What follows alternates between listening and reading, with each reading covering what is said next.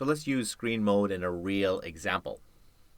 Okay, so I am going to create a new artboard. So I'm going to select this one here and just duplicate it, Command J, my bad. So there it is, and I'm going to rename it so it doesn't have the exact same name. So we're going to call this screen blend with photo. Screen blend with photo. And I'm going to turn off the other one, the other solid color blending. So the only eyeball I have on is the one that I have screen blend with photo.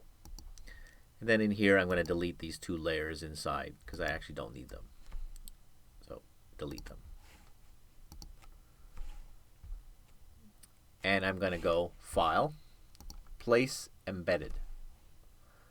Now I'm gonna look for in my P1 conceptual camera practice aperture. I'm gonna choose a raw photo and choose one of the darker ones. So I know that, for example, this photo that I have is pretty dark. You can see the example there. So I'm going to place a dark one. So you pick a dark photo that you have. So there it is. There's a photo. I'm just going to hit OK on the bottom right. And it adds it on there. And I'm just going to try to make it as big as I can to fit my canvas. So I'm just going to resize it a bit. Make it nice and big to fit. And when I'm happy with it, I'm just going to hit return. Okay. So this photo, the one you have, should be inside screen blend with photos on that artboard. So I'm going to make sure I drag it up in here. Yep.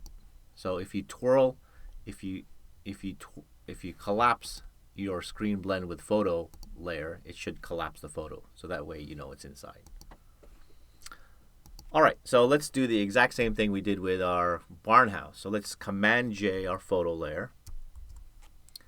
And with that photo layer on top, we're going to use this screen mode. And it brightens it up a bit, right? So if it's not bright enough, let's try it again. Let's Command J that one. And it brightens up even a bit more. And you can do this as many times as you feel fit for your actual photo.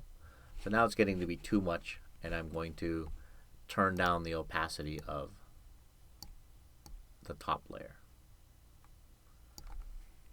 So to check your work, you can turn off your blending layers. So there's the original, really, really dark. You added one in screen mode. You added another one in screen mode, still nice and bright. And there we go. We added a third one with a little bit less opacity. So that's kind of a typical thing you would use with screen blend mode for a photo if you want to brighten it up a bit.